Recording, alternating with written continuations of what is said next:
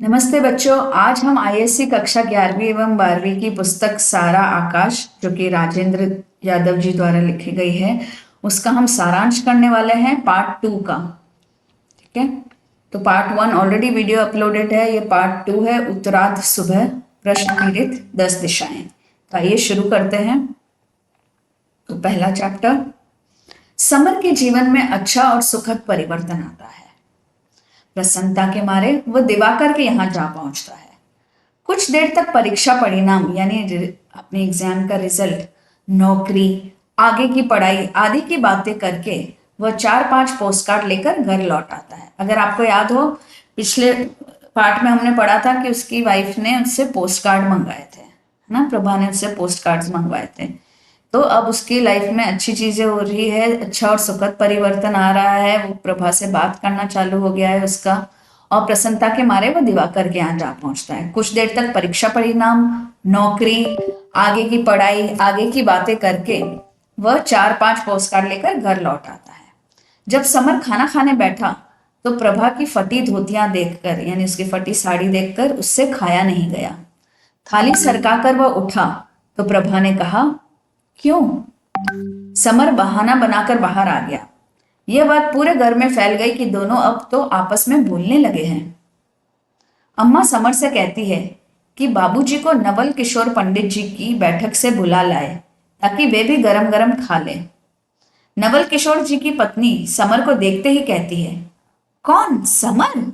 अरे बेटा, तूने तो आना जाना ही छोड़ दिया। इम्तिहान हो गए? बड़ा अच्छा हुआ बेटा। अरे हाँ, हमने सुना तू अपनी बहू से बोलता नहीं था, अब बोलने लगा है। समर जिधर जाता यही बात सुनने को मिलती है। 2, रात को समर और प्रभा के बीच बातचीत होती है और बहुत सारे राज खुलते हैं। समर को प्रभा का साथ अच्छा और रोमांचक लगता है। बातचीत में भाभी का ईर्ष्यालु स्वभाव, पति पत्नी के बीच की कटुता यानी करवाहट की बातें खुलकर सामने आई। दोनों के मन में जमी मैल दूर हो गई। प्रभा ने अपने सपनों को समर के सामने रखा। प्रभा ने जो सपने संजो कर रखे थे वो उसने समर के साथ डिस्कस किए, और समर ने प्रभा के सामने बातों में अपने भविष्य के इरादों को रखा कि भविष्य में वो क्या चाहता है। वो चीजें भी बातों बातों में उसने उसके सामने रखी और उसकी सलाह मांगी। तो इसमें उन दोनों के कॉन्वर्सेशन, उन दोनों की जो बातें होती है रात को समर और प्रभा की, उसके बीच की बातें हैं। 3, एक दिन समर ने प्रभा की फटी धोती देखकर पहले भाभी फिर माँ से एक धोती मांगी। माँ गुस्सा हो गई। उन्होंने बाबूजी से यहाँ तक कहा कि कमाने धमाने की कौड़ी नहीं और बहू की तरफदारी को शेर। शर्म नहीं आती? थू है इस बेहयाई पर। यह बात समर के मन को चुभ गई। वह नौकरी ढूंढने निकल पड़ा। रोजगार दफ्तर के सामने एक अनजान आदमी यानी एक अपरिचित व्यक्ति ने उसे बताया कि आज वहां भर्ती हो रही है। यानी यहाँ भर्ती हो रही है का क्या मतलब है कि यहाँ यू कैन नॉट से एडमिशन हो रहा है, बट यहाँ पे लोगों को ले रहे हैं, एम्प्लॉय कर रहे हैं। 10 बढ़ई, 50 मजदूर और 3 क्लर्कों की आवश्यकता थी। उस अपरिचित साहब ने बताया कि देश के नेताओं को शर्म नहीं आती है जो कहते हैं कि अब भारत आजाद है। उनके उसके निर्माण के लिए इंजीनियर, डॉक्टर, मशीन चलाने वाले लोग और वैज्ञानिक चाहिए। तो कह रहा है, जो अपरिचित या अनजान आदमी उसे मिला था वो कहता है कि आज यहाँ भर्ती चल रही है और बात में वो उसको बताता है कि देश के नेताओं को शर्म आनी चाहिए जो कहते हैं कि अब भारत आजाद है। ठीक है, और वो आजाद भारत के निर्माण के लिए उनको इंजीनियर, डॉक्टर और मशीन चलाने वाले लोग और वैज्ञानिक चाहिए। लेकिन सच तो यह है कि उन्हें किसी की जरूरत नहीं। उन्हें तो बस अपनी कोठियों की क्यारी यानी उनके जो बंगले होते हैं, उनका जो गार्डन होता है, वो गार्डन हरी भरी रखने के लिए माली चाहिए तथा गाड़ी चलाने के लिए ड्राइवर। तो ये कहता है कि शर्म आनी चाहिए नेताओं को जो ये कहते हैं कि भारत आज़ाद हो गया है, अब भारत के निर्माण के लिए इंजीनियर, डॉक्टर वगैरह की ज़रूरत है। लेकिन एक्चुअली सच में यह है कि उन्हें तो सिर्फ अपनी बंगलों को हरा भरा रखने के लिए माली तथा गाड़ी चलाने के लिए ड्राइवर, ऐसे छोटे लोग चाहिए। दोपहर बाद समर जब घर पहुंचा तो खाने की बात पर प्रभा की ओर से एक सुखद शिकायत भी मिली।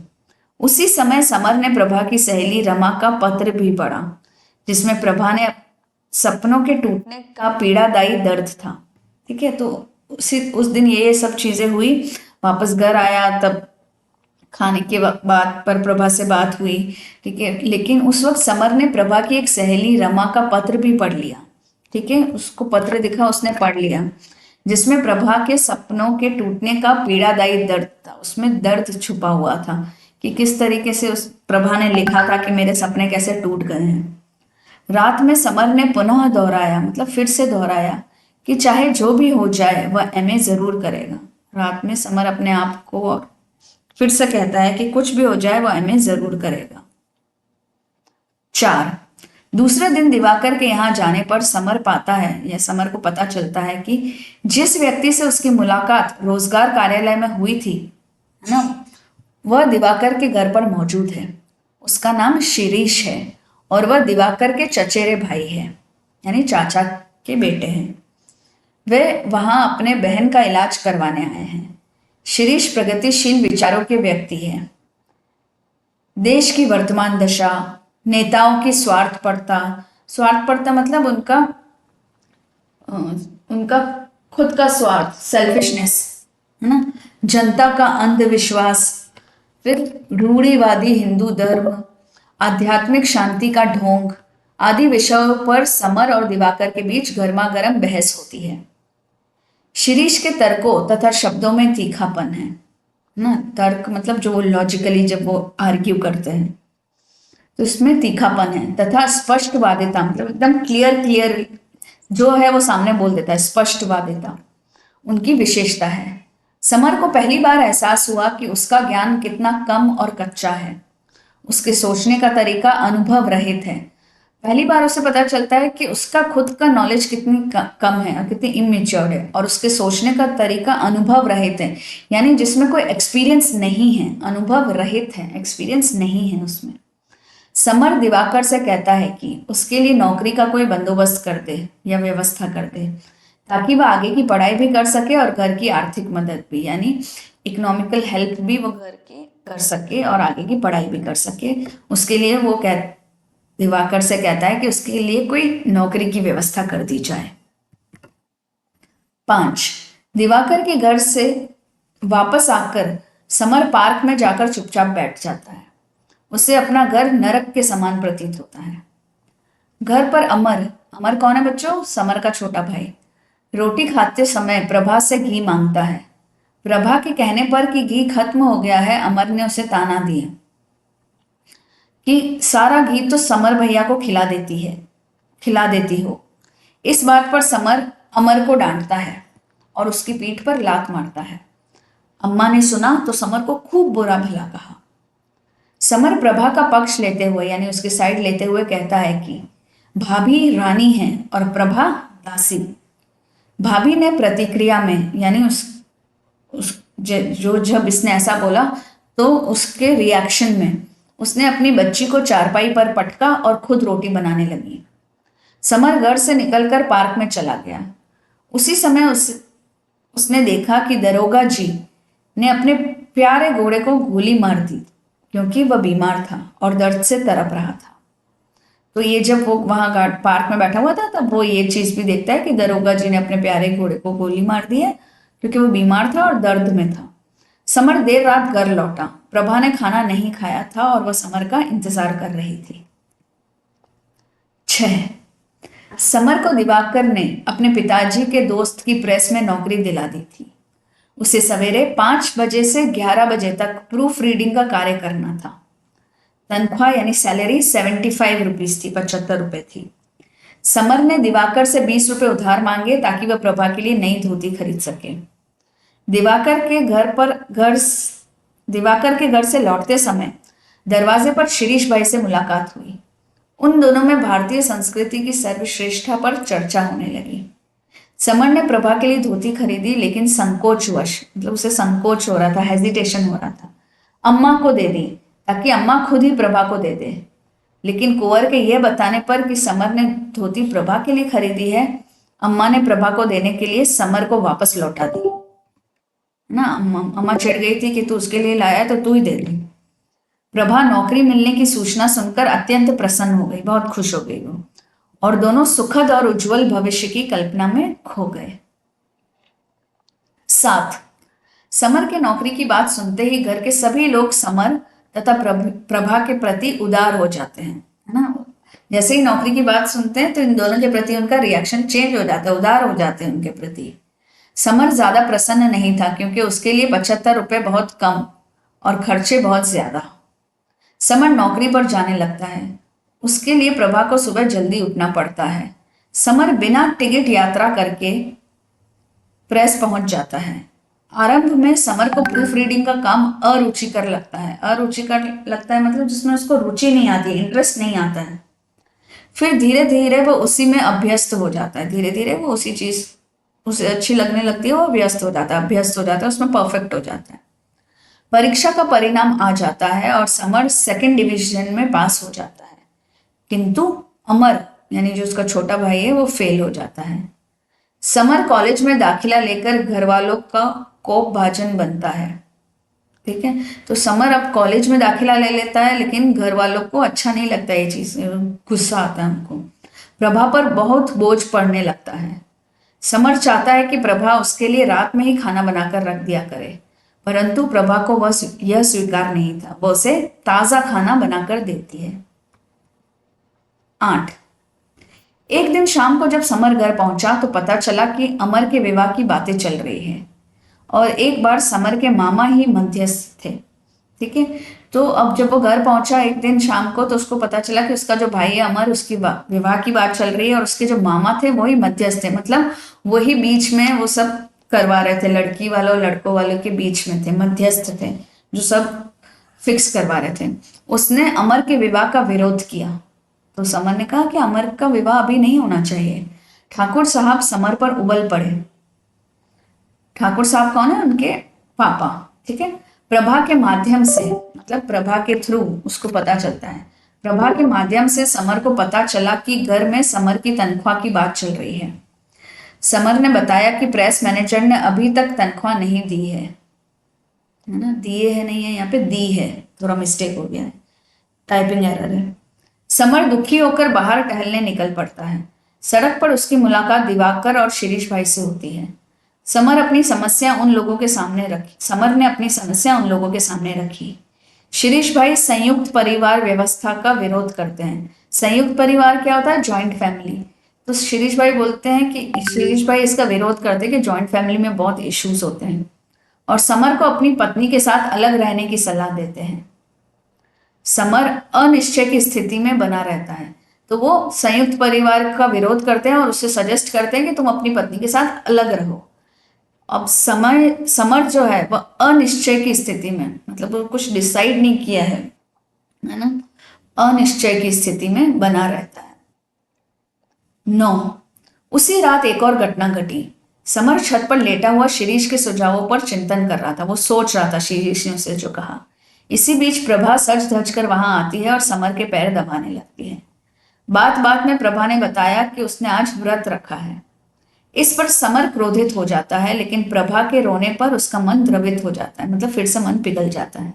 दोनों सो जाते हैं। रात के 1:30 बजे भाभी की बच्ची के रोने पर दोनों उठ जाते हैं। समर प्रभा से शिरीष के विषय में बात करने लगता है, किंतु प्रभा समर की बातें सुनते सुनते सो जाती है। जब प्रभा को जगाने के लिए समर उसे गुदगुदी देता है, तब उसके हाथ में प्रभा के कमर में बंधी एक सुपारी आ जाती है। प्रभा डरकर बताती है कि यह तावीज समर की मां ने बांझपन दूर करने के लिए दिया है। बांझपन क्या होता है बच्चों? बांझपन का अर्थ है जिसे बच्चे ना हो, जो बांझ हो। तो समर की मां ने उसकी कमर पे इसलिए बांधा है ताकि बांझपन उसका दूर हो और उसको बच्चा हो जाए। समर फिर क्रोधित हो जाता है और एक झटके से तावीज को तोड़कर गली में फेंक देता है। प्रभा रोती है। 10वां और आखिरी, समर ने प्रभा से क्षमा मांगी। उसने प्रभा को बताया कि उसकी नौकरी छूट गई। इसे सुनकर प्रभा चौंक पड़ी। अम्मा ने प्रभा को नीचे चूड़ियां पहनने के लिए बुलाया। समर ने प्रभा को मना किया। भाभी और अम्मा की जिद पर प्रभा को विवश होकर यानी मजबूर होकर चूड़ियां पहननी पड़ी। समर ने क्रोध में आकर प्रभा की दोनों कलाइयां पकड़कर आपस में बजा दी। कुछ टुकड़े समर के हाथों में तथा प्रभा की कलाई में चुभ गए। जब रात में ठाकुर साहब ने समर से तनख्वाह के विषय में पूछा, यानी उसके पापा ने जब उससे तनख्वाह के विषय में पूछा, सैलरी के विषय में पूछा, तो समर ने बताया कि उसकी नौकरी छूट गई। समर और ठाकुर साहब में बहस शुरू हो गई और ठाकुर साहब ने क्रोध में आकर समर की पिटाई कर दी। समर ने घर छोड़ देने की कसम खाई। प्रभा ने समर को सुबह 4 बजे जगाया और उसे प्रेस जाने की याद दिलाई। समर को घर छोड़ने की बात याद आई। वह नीचे उतर रहा था कि उसी समय उसे तार मिला, यानी टेलीग्राम मिला कि मुन्नी मर गई। मुन्नी याद है बच्चों आपको? मुन्नी उसकी छोटी बहन थी जो ससुराल छोड़कर यहाँ घर आ गई थी और फिर जबरदस्ती उसे लेने आए थे और उसके माँ बाप ने उसे विदा कर दिया था। इसी बीच बड़े भाई साहब और पिताजी भी बाहर आए। उनके हाथ में तार देकर समर वहां से चला गया। ट्रेन से उतरने के बाद उसके मन में विचार उठने लगे। ठीक है, अब वो अपनी बहन के यहाँ गया है, मुन्नी के यहाँ। तो ट्रेन से उतरने के बाद उसके मन में विचार उठने लगे। कूद पड़, चढ़ जा, कूद पड़, चढ़ जा। उसने घबराकर ऊपर देखा। सारा आकाश डगडग करता घूमने लगा था। तो बच्चों, ये बहुत ही इमोशनल एंड है इसका। और किस तरीके से लेखक ने सारा आकाश इस नॉवेल का नाम दिया है। तो ये तो समरी थी बच्चों, ये सिर्फ एक सारांश था। मैं दूसरे वीडियोस बनाने वाली हूँ जिसमें ये हर एक चीज़ को मैं बहुत ही डिटेल में, हर एक वर्ड को पूरे नॉवेल के डिटेल में बताऊंगी, जिस तरीके से आषाढ़ का एक दिन किया था। तो डिटेल वाले वीडियोस भी आ रहे हैं। फिलहाल ये पूरी नॉवेल को पढ़ने के लिए ये दोनों पार्ट्स, पार्ट 1 एंड पार्ट 2 अगर आप देख लेंगे तो आपको पूरा आइडिया आ जाएगा नॉवेल का और आप उसके क्वेश्चन आंसर्स कर पाएंगे।